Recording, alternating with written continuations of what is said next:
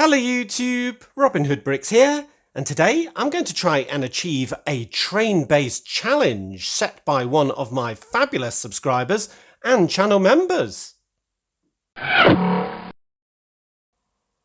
Well, yes, as it turns out, all my subscribers are fabulous, and my channel members and Patreon supporters even more so.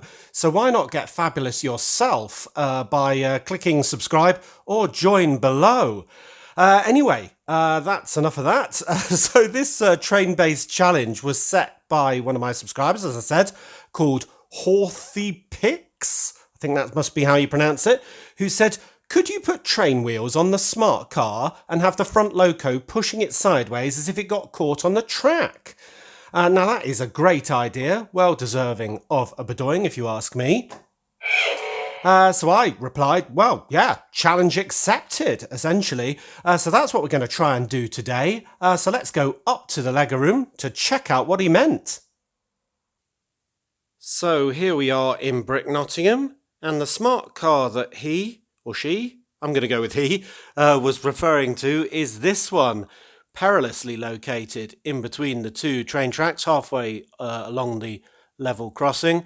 And wow, that is a horrible place to be, and that's why he's screaming his head off, I think, when we've got the red locomotive going from right to left in front of him, and the green one, you can just see the nose of it there, the Hulk, going from left to right behind him. Now, I really like that scene. I think it's really good fun there, and it makes use of an otherwise blank space. So I'm not going to move that smart car.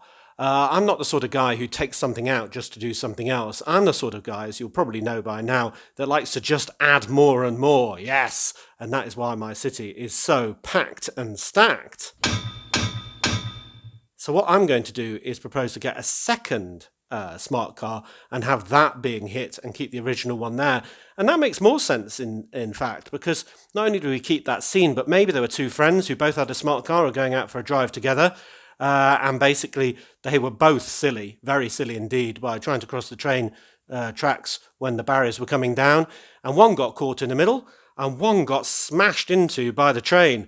And that one's probably screaming, hey, where did Fred go? Or something similar to that. Or maybe, hey, a man in a smart car just got hit by a train in Lego City.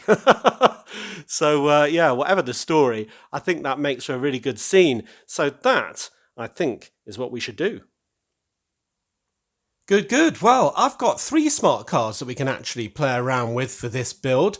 Not necessarily from sets that I own in entirety, but ones that I've pieced together or got part of on bulk orders from eBay or something.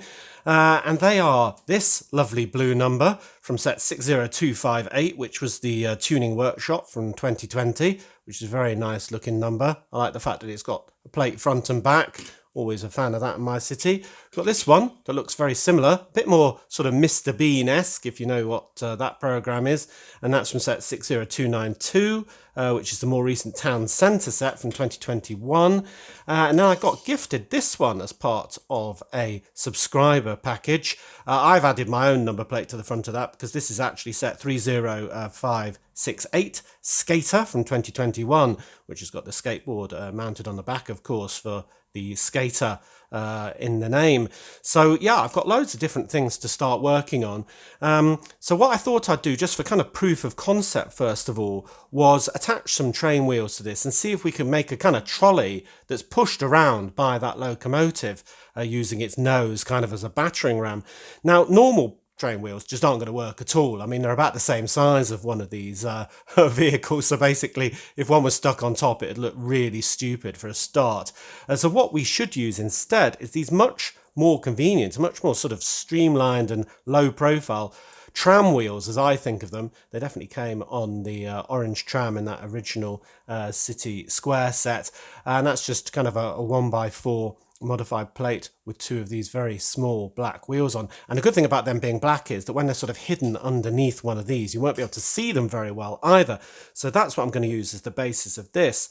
So just using some random yellow bricks, I've kind of made a little trolley, and I've deliberately done that at an angle, so it looks like the vehicle has been hit and is sort of being pushed against its will. And I thought I'd attach that just to the bottom of one of these smart cars, just to sort of see how it works when it's going around the city. Now, the problem is that we've got this integral base on the bottom of this vehicle. So I've actually had to take off a couple of the wheels, well, 2 tyres and one of the wheels, in order to even attach this just for our trial. So yeah, maybe that would represent the fact that they've been ripped off by the impact, who knows. But I'm not too worried about how it looks right at this moment, just about whether it even works on these wheels at all. So that is my kind of test trolley to take up to the city and see if it works. And this red one's a bit more bright and interesting, so maybe that's what we'll use as the basis. And then we'll worry about kind of hiding all of this gubbin to making it look really good later. Cool. Up to the Lego room. All right, well, back in the Lego room, and I've got my test trolley to add to the track. And the more I think about this, the less I'm very happy with it, really. I mean, it's got such a small wheelbase, i.e. the distance between all of the wheels, that it's just going to be very sort of doddery, very wobbly in position. And unless the train's very gently accelerated and it definitely doesn't touch any obstacle or hit any sort of rough join between any of these pieces, it's just not going to stay in position, I don't think. Anyway, the proof is in the pudding, so we'll give it a test. But I think we might have to come up with a more secure methodology. So I'm definitely going to do this very slowly so that it catapult it into the cargo area over there. But here goes. Come on, the beast and the hammerhead. Ooh, not too fast, not too fast. Here we go. Impact. Okay, so it can take a corner. It can take a straight. Oh, but I can see what the next problem is going to be. Yep, obstacles. So let's take off the skateboard on the back. That does make it a bit too long, I agree. But yeah, even with that taken off, it's still too long. And if you think about it, the track is 8 wide, and this is, well, 1, 2, 3, 4, 5, 6, 7, a bit on the back and a bit on the front. That's 8 wide, and it's not perfectly centered on these wheels, so no wonder it doesn't fit around. And my track is full of obstacles. Something that overhangs like this might work on your city, but these bridges both will only take some 8 wide, as will this train shed. That stanchion there is very close. We've got all the stanchions holding up the elevated monorail line. Then we've got that station in a corner that's quite close in places. All of the tunnels underneath Brick Nottingham Castle and Major Oak Hill have only got an 8 stud distance in between them. And then even our main train station over here, if we do the full lap, has got quite close platforms, a lot closer than the sort of Lego standard, to make it look better when the trains are in them, but they're less forgiving with something like this. So I think we still have 2 problems. We've got the stability problem in that this just loose. I'm just not confident with it not causing a derailment. But we've also got the second problem that we're going to have to shorten this car. So it's, well, perfectly centered on its wheels. It could probably be 7 studs wide. But if it isn't and it's off center, then it might even need to be shorter than that. Yes, the problem gets harder before it gets easier. Right, well, if we're going to shorten one of these smart cars by 1 whole stud, there's only a couple of ways we can do it, really. At the moment, we've got 3 studs in between the 2 wheels, then that's another 2 studs being over that wheel, another 2 there, and that makes 7 already. So one way would be to strip off absolutely everything on the front, but then it would look a bit weird, I think. Not so weird on the back, but yeah, I don't really like that. Now, we can't make that section any shorter or that section any shorter with the wheels, so the only other option is to remove one of these 3 studs in the middle and make it even more of a smart car with just 2 in that centre section. So that's what I tried to do first of all on Lego Digital Designer, and it wasn't actually that hard, really. I mean, yes, you have to bump the steering wheel forward so there's still room for a man, but not too bad. So yeah, problem 1 solved. It does mean that you get rid of the special base that holds all this sort of stuff together, so you have to go back to more smaller pieces and plates and so on, but that's probably better because then it'll interfere a little bit less with our tram wheels, of course, which have this fixed length. So yeah, I think that's a good solution to the first step. And then the second step is how to, well, yeah, get away from having the vehicle just being pushed and bouncing around and potentially causing a derailment when it falls off, which I just think is bound to happen sooner or later with devastating effects. And the only way I could think of getting around that was, well, quite simple actually.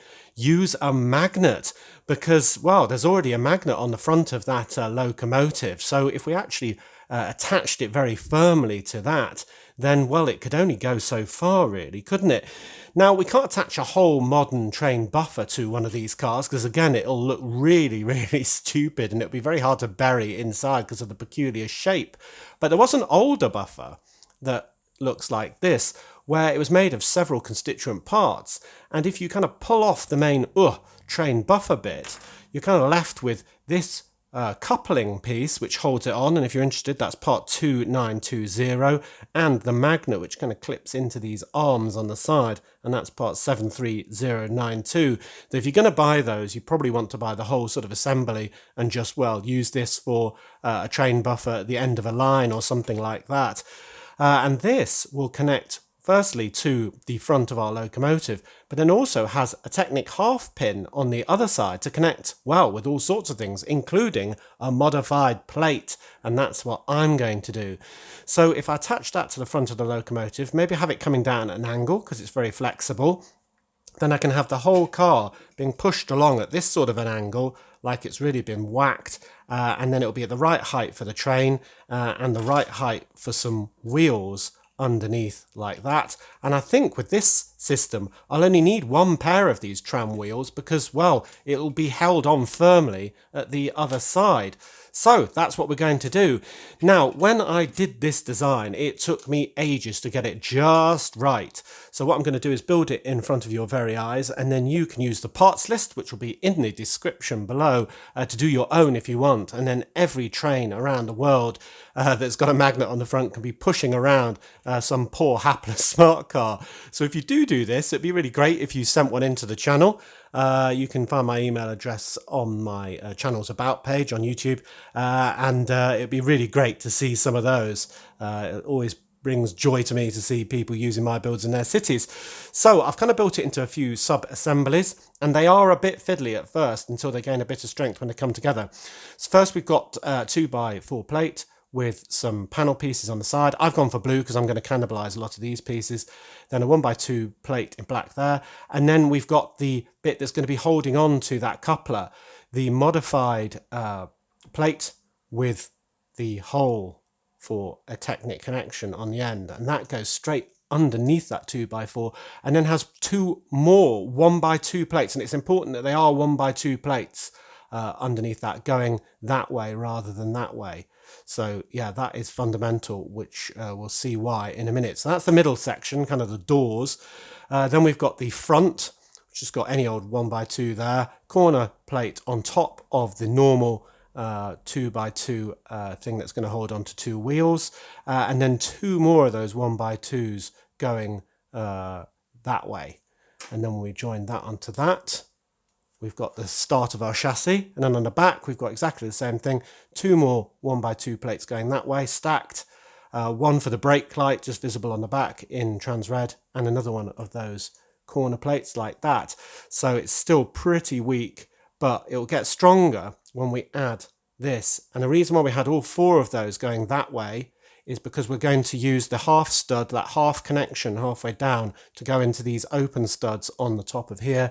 And that means it will give it some strength and miss all of the tyres and wheels, so we don't have to take any of those off like I thought we might have to earlier. So that is the front, that is the back. We can now attach the coupling point into the underside of this. So that means when it's attached there, it'll be kind of at that angle.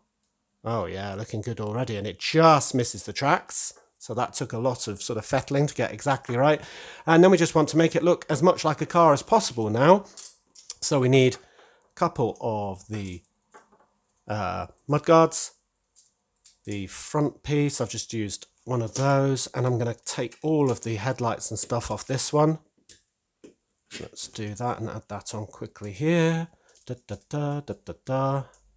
Yeah, when you've got the whole parts list, you should find this quite easy to do. And then I've got the number plates as well. That's looking good. And I'm going to need some other parts from this for the back, namely those and those. So then I can put the panels there, like we had in the original. Those bits on there. And it's a bit of a kind of crazy, small looking smart car, I must say. But hey ho, can't have everything. Quite hard to get everything in this space as it is. So the steering wheel on there, the windscreen like that, and then one of those roof pieces. Brilliant. Looking rather cute and ditty and a bit Toy Town, I must say, but I do like it. So there you can see that's how it's going to look, being pushed like that, buffeted forward by the train, held by that magnet firmly in place, but with the tram wheels holding it onto the track very securely, and it'll go around corners and all the rest. Brilliant. But to make this scene even better, I'm going to add a man on the inside, much like the one that's stuck on the train crossing. We need a man kind of leaning out the window, frantically waving at the driver, saying, stop, stop, I'm going to get killed. So basically, we've got this guy here, looking very anxious indeed. And you'll see he's sat on a hinge, brick and plate sort of combo, whatever you call those. And that is going to go on the two single studs of the corner plates that we put in earlier. So that means he can be really elevated, like he's trying to get out of this car desperately. And when we put the roof back on, he's leaning out the front of there with that expression very visible, which is very important indeed. And also he's firmly attached. He's not going anywhere, because I think if he was loose, he'd eventually bounce and bumble out and possibly cause another derailment, and we don't want that. So this, I think, is the perfect combination. Everything firmly held in position and still flexible enough with this piece to go around corners and all the rest of it. So that, I think, is rather amazing. Yes. So now we have something ready to go on the front of any train, as I say, in your city, in my city. So let's get this into Brick Nottingham and see how fabulous it looks going around our track. All right, so the moment of truth is here. I've got our smart car with Very Scared Man and the magnet on, and I can just pop him roughly in position. Well, I suppose if he was facing this way, though this way is the best one to see from the inside of the standing hole. If he was here, he's going the opposite way to his mate, so maybe they met in the middle in opposite directions. Who knows? I could always flip it round or put it on the front of the other train, of course. But anyway, I do like that. I do like the angle that he's being pushed forward at. It looks very, very scary indeed. And the fact that he's sort of leaning into it, trying to wave his hands and flap around at the driver, is very understandable.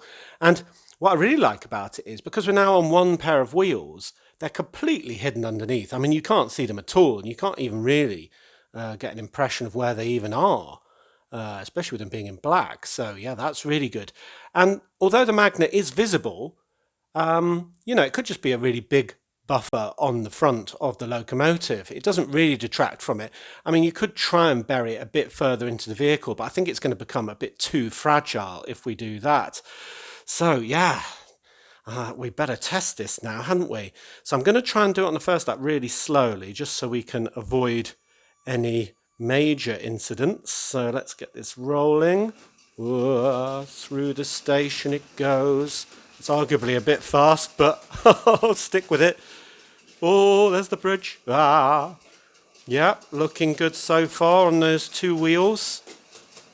Very nice. I've got my hand hovering on the stop button if I hear anything untoward. Ooh, was that something untoward? No? It looked quite funny there, didn't it, going through sideways? The thing about this train is there's loads of things sort of banging and moving about, so there's lots of... No problem. Though it wasn't a problem with the thing, it's just that one of my couplings has come undone. That has uncoupled with the rest of the train. Let's try it again. So, test number 2 then. With some of those carriages coming uncoupled, basically the locomotives then sped up with the vastly reduced load, and I think ran this thing over a little bit. So it isn't impervious, but we'll see if it is just very delicate indeed by giving it a second go. I hope this is something we can sustain going around Brick Nottingham without too much calamity. because after all, a cargo train should go relatively slowly compared with a fast passenger one, but maybe not that slowly. Let's go a bit faster. But we can't have it derailing or uncoupling every lap, that's for sure. So, hey, there's the comedy scene. Let's see if the same disaster happens this time round. Okay, it's already made it to at sweat, a bit further. Let's see them going past each other. I got hit! I didn't! Yeah, it's a very dark scene, but I quite like it. It's very funny. Oh, he's starting to become a bit tilted there. Oh, I think he's wobbling. I'm going to stop it. Now, the problem here is that this is on a hinge, so maybe all those bounces makes him become not straight anymore, and then has to be realigned. Right, well, I've been playing with it a bit more now, and two things I've changed. One, I've actually removed the curved bumper and replaced it with a 1x4 tile, and that's because it still wasn't short enough. Essentially, the front of the bumper was actually still hitting things when it was going around, and that was causing it just to move off centre just a tiny bit, and that was enough to send the whole thing off. So what I'm going to do is move this sticker onto that 1x4 tile using my patented hot tea technique, and that should fix our problem. The other thing is, I think we do have a top speed for this thing. Quite realistically, it has to go this slowly to be consistently, well, not bouncing around so much that it loses its connection to either its wheels or to the sort of coupling piece or something like that. But it's really good fun when it goes around, even if it is quite slowly. At least it allows you to actually focus on the poor chap in his unfortunate predicament. So yeah, I think that has worked rather well. So the challenge was a good one. I'm very glad I attacked it. And I think my solution, hey, has worked quite well, if I do say so myself. But as always, do tell me if I've missed something obvious, or if there's a way that I can improve it even more. Maybe there's a better magnet piece that I overlooked. I don't really know. At least they got time to wave at each other as they go past. I really like that. And then at the other end, of course, you've got the two train guards on their pump wagon trying to catch up with the man in the caboose to tell them what's going on at the front of the train. So finally, we have a definite reason as to why they're trying to make contact with this train to save a life of a lovely Lego figure. Where are we? Ah, I was hoping it hadn't derailed. I hadn't heard anything bad for a while. Yeah, well, all things take a bit of fettling to get working well, and this is no exception. I think you do have to get the balance of this and the speed of it just right, but now it's been going around for about 5-10 minutes, so I'm quite happy with it. It does seem to be reliable, and yeah, we have a really good, fun scene. Job done.